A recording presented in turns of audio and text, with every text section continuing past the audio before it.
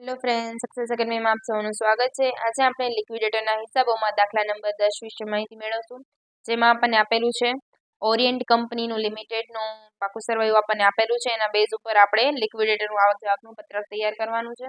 ચલો, તમે આખા દાખલાને તમે પહેલા જો ના હોય તમારી બુકમાં તો તમે નોટ ડાઉન કરી લેજો, જેથી આપણાને દાખલો ગણવામાં કોઈ પણ ના રહે. ક્લિયર? ચલો, પહેલેથી લખતા જોતા જોઈએ. પહેલા રોકડ બેંક લખી નાખીએ. સૌ પ્રથમ 89,170 89,170. ક્લિયર? ચલો, ત્યારબાદ આપણને હવાલા સ્ટાર્ટ કરી નાખીએ. લિક્વિડેટરના મિલકતોના ઉપજ આપેલી છે, આપણને ડાયરેક્ટ આપેલી છે. કેટલી આપેલી છે? 6 લાખ. ચલો, ડાયરેક્ટ લખી નાખું 6 લાખ. ત્યારબાદ આપણને આપેલું છે લિક્વિડેશન ખર્ચ, એટલે શું થાય છે? વિસર્જન ખર્ચ. શું આવે? વિસર્જન ખર્ચ 13,40. ચલો, ત્યારબાદ ગીરો લોનના લેણદારો આપેલા છે. યંત્રો 28,000 વેચી વધારાની રકમ લિક્વિડેટરને પરત કરી. ચલો, નોંધમાં કરતા જઈએ. પાછળ નોંધ કરીએ. શું કીધું છે આપણને? ગીરો લોનના લેણદારો. ચલો, ગીરો લોનના લેણદાર આયરા યંત્ર સામે આપેલા છે 27,000 અને વેચે છે એ કેટલામાં? 28,000. ચલો, વેચાણ આપેલું છે આપણને 28,000 અને એનું યંત્ર સામે છે કેટલા આપેલા છે? 27,000. તો આપણે માઇનસ કરી દઈએ તો 1,000 આવે છે. તો આ શું થાય છે? આપણો વધારો. શું આવે છે? આપણો વધારો. લખી નાખીએ આપણે વધારામાં. સંપૂર્ણ લેણદારનો વધારો કેટલાનો આવ્યો? 1,000. ક્લિયર? ચલો, ત્યારબાદ આપણને હવાલામાં શું કીધું છે? બધી જ જવાબદારી 30મી જૂન 2026 રોજ ચૂકવી. જવાબદારી એટલે કોણ આવે છે? જવાબદારીમાં આવે તરતા બોજવાળા લેણદાર. તરતા બોજવાળા લેણદાર. કોણ આવે છે? તરતા બોજવાળા લેણદાર. એમાં પહેલા કોણ લખીશું? ડિબેન્ચર. ચલો, ડિબેન્ચર કેટલાના આપણને આપેલા છે? ચેક કરીએ. 50,000. ચલો, 50,000 પ્લસ બાકી વ્યાજ. બાકી વ્યાજ જો આની અંદર આપેલું હોય તો જ લખાશે, આમાં ના આપેલું હોય તો આપણે નોંધ કરશું નહીં. આયરું ડિબેન્ચરનું બાકી વ્યાજ 3,000 અને પ્લસ વધારાનું વ્યાજ. વધારાનું વ્યાજ કઈ રીતે થાય? તો કે 50,000 જે તમને આપેલા હતા એના કેટલા ટકા કીધા છે તમને? 12%. તો ગુણ્યા 12% ગુણ્યા કેટલા મહિના વધારાના છે? 30મી જૂન. એન્ડિંગ યર ક્યારે છે? 31/3, એટલે 3 મહિના વધારે થયા તો ગુણ્યા 3/12. ચલો કરીએ. 50,000 ગુણ્યા 12% ગુણ્યા 3/12 કેટલા આવશે? 1,500. ચલો, પ્લસ કરી નાખીએ. પ્લસ 50,000 કેટલા આવશે? 54,500. ક્લિયર? આ કોણ બની ગયું? તરતા બોજવાળામાં. ક્લિયર? લખી નાખી તરતા બોજમાં 54,500.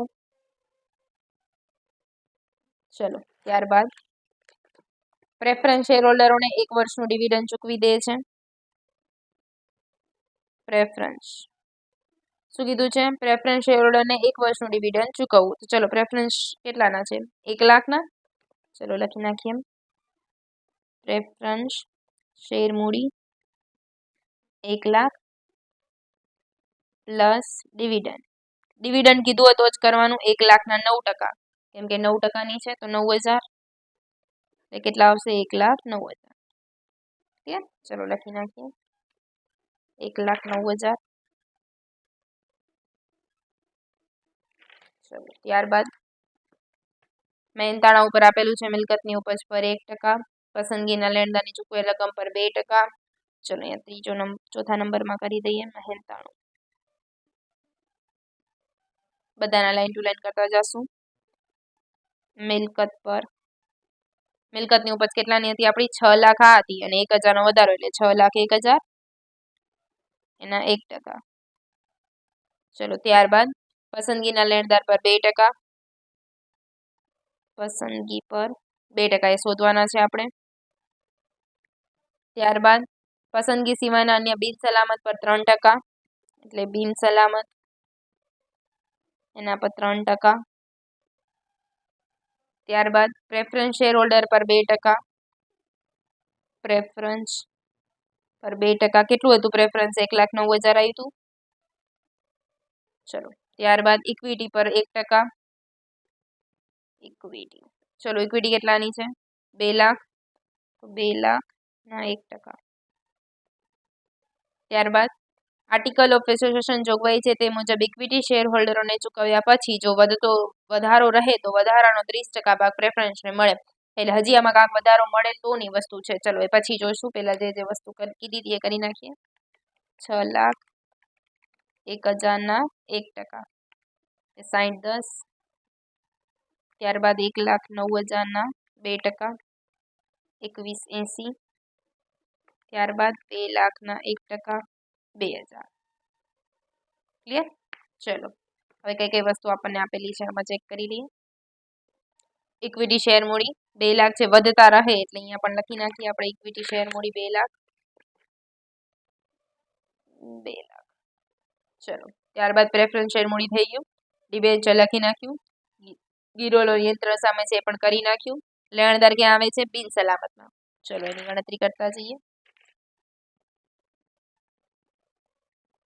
બિન સલામત લેણદાર એમાં કોણ આવે છે? પહેલા ખાલી લેણદાર. કેટલાના છે? 97,000. ત્યારબાદ છે બેંક ઓવરડ્રાફ્ટ કીધું છે, સ્ટોક સામે કીધું છે 90,000. ચલો તો સ્ટોકની ઉપજ કેટલાની છે? 70,000 અને છે કેટલાના? 90,000. તો 70,000 તો તમને ઉપજી જાય છે એટલે એ સંપૂર્ણ સલામતમાં આવી જાય છે. ક્યાં આવી જાય છે? સંપૂર્ણ સલામત. આ એક નવો ટોપિક છે. શું કીધું છે? બીઓડી.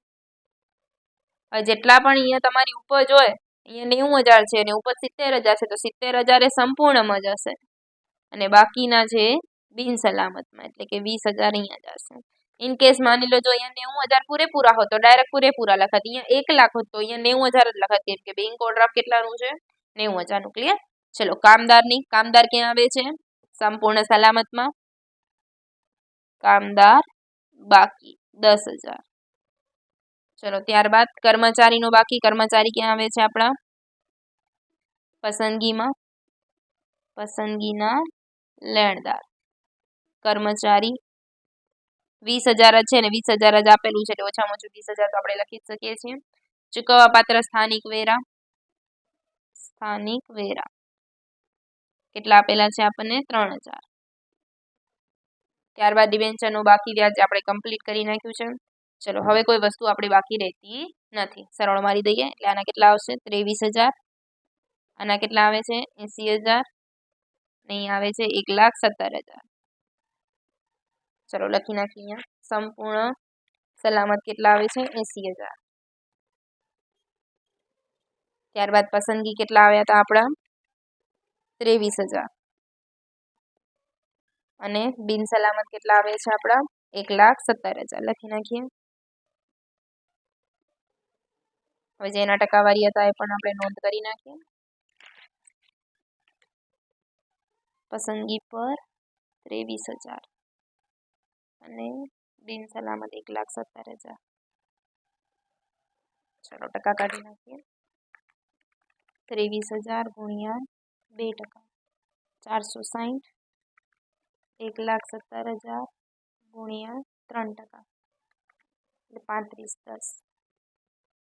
સરવાળો કરી નાખીએ. 60,10 પ્લસ 460 પ્લસ 35,10 પ્લસ 21,80 પ્લસ 2,000, એટલે કેટલા આવશે? 14,160. ચલો લખી નાખીએ લિક્વિડેટરના મહેનતાણામાં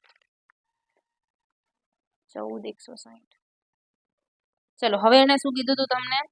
કે આર્ટિકલ ઓફ એસોસિએશન જોગવાઈ તે મુજબ ઇક્વિટી શેરહોલ્ડરને ચૂકવ્યા પછી જો વધારો રહે તો 30% ભાગ પ્રેફરન્સ શેરહોલ્ડરને મળે. ચલો ભાગ રહે તો ચલો આપણે જોઈએ પહેલા આવક કેટલી છે? 89,170 પ્લસ 6 લાખ પ્લસ 1,000. ટોટલ આવક કેટલી થાય છે? 6,90,170. લખી નાખીએ અહીંયા નીચે. એમાંથી માઇનસ કરીએ. 80,000 minus 13,40 minus 14,160 minus 23,000 minus 54,500 minus 1,17,000 minus 1,09,000 minus 2 lakh. કેટલા આવે છે? 91,170 નો વધારો આવે. ચલો નોંધ કરી નાખીએ. વધારો કેટલાનું આવે છે 91,170. હવે એમાં એને શું કીધું 30% ભાગ કોને મળે છે પ્રેફરન્સને. ચલો પ્રેફરન્સ એને કેટલા ટકા ભાગ મળે છે 30%. તો એને કેટલો મળશે તમારો ઇક્વિટીને 70% મળશે. તો હવે આનું આના પણ આપણને મહેનતાણું મળે એના ઇન્ક્લુડેડ જ હોય છે આમાં, કેમ કે આ મહેનતાણું અને પ્રેફરન્સ બંનેનું કમ્બાઈન થઈને આટલું આવે છે ચારેનું. તો પ્રેફરન્સનું મહેનતાણું કેટલા ટકા હતું આપણું 2% અને ઇક્વિટીનું 1%. ચલો તો 30માં 2% પ્લસ કરી નાખીએ એટલે કેટલા આવશે 30.6. એવી રીતે 70ના 1% પ્લસ કરીએ એટલે 70.7. એટલે પ્રમાણ શું બને તમારું 306/707 પ્રમાણ આપણે લઈ શકીએ. પોઈન્ટ છે એટલે બંને જગ્યાએથી મેં પોઈન્ટ ગુણ્યા 10 કરીને કાઢી નાખ્યા. એટલે આ પ્રમાણ બની ગયું તમારું. ટોટલ કેટલું થાય 707 પ્લસ 306 એટલે 10 13. ચલો 91,170 ને બંનેમાં પ્રમાણમાં વહેંચણી કરી નાખીએ તો કે પ્રેફરન્સનું કેટલું આવશે તો કે 91,170 ગુણ્યા 306 ભાગ્યા 10 13. એટલે 91,170 ગુણ્યા 306 ભાગ્યા 10 13 એટલે કેટલા આવશે 27,540. હવે એનું ડિવિડન્ડ આપણે મહેનતાણું કાઢવું હોય તો મહેનતાણું કેટલું થશે તો કે 27,540 ગુણ્યા 2 ભાગ્યા 102 થશે, કેમ કે ચૂકવેલ રકમ પર છે એટલે. તો ગુણ્યા 2 ભાગ્યા 102 એ કેટલું આવશે 540. તો માઇનસ કરી નાખીએ -27,540 એટલે કેટલા આવશે 27,000. આ તમારું આવશે પ્રેફરન્સ અને આવશે પ્રેફરન્સનો મહેનતાણું. ચલો અહીંયાનું ઇક્વિટીનું અહીંયા કરી નાખું છું. ઇક્વિટી માટે તો 91,170 ગુણ્યા 707 ભાગ્યા 10 13. તો 91,170 ગુણ્યા 707 ભાગ્યા 10 13 કેટલું આવશે 63,63,0. તેનું મહેનતાણું કેટલું આવશે તો કે 63,63,0 ગુણ્યા 1 ભાગ્યા 101, કેમ કે એનું 1% હતું એટલે 630. આ મહેનતાણું થશે અને ઇક્વિટી ઓલરેડી કેટલા થશે વધારો તો -63,63,0 63,000. ચલો આને ક્યાં લખશું આપણે કોષ્ટકમાં લખી નાખીએ. અહીં આવશે પ્રેફરન્સ વધારો. કેટલાનો આવ્યો પ્રેફરન્સનો વધારો 27,000. અને આવશે ઇક્વિટી વધારો 63,000. અહીં આવશે લિક્વિડેટર વધારો. આનું હતું 540 ને અહીંયા 630. સરવાળો કરી નાખીએ 540 પ્લસ 630 1170. ક્લિયર. ચલો આપણે બંને સાઈડ ટોટલ મારીએ. અહીંયા તો 6,90,170 હતા જ આપણા પાસે. અહીંયા કરીએ 80,000 plus 1340 plus 14,160 plus 1170 plus 54,500 plus 1,70,000 plus 1,09,000 plus 27,000 plus 2 lakh plus 63,000. આપણે કોઈ વસ્તુ લખવાની રહી ગઈ છે. 667,170 આવે છે આપણા.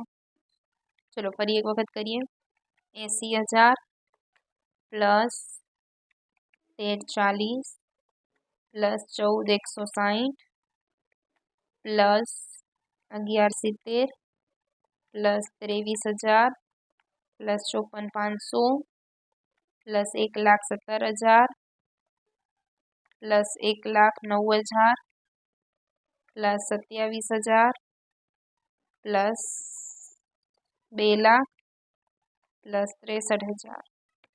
6,90,170. આપણે કોઈક વચ્ચે પ્લસમાં રહી ગયું હશે કરવાનું. 6,90,170 બંને સાઈડ સેમ આવી જાય છે. ક્લિયર. આખો દાખલો તમે જોઈ શકો છો. ક્યાંય બી ડાઉટ લાગે તો તમે ઇન્સ્ટાગ્રામમાં મેસેજ કરી શકો છો.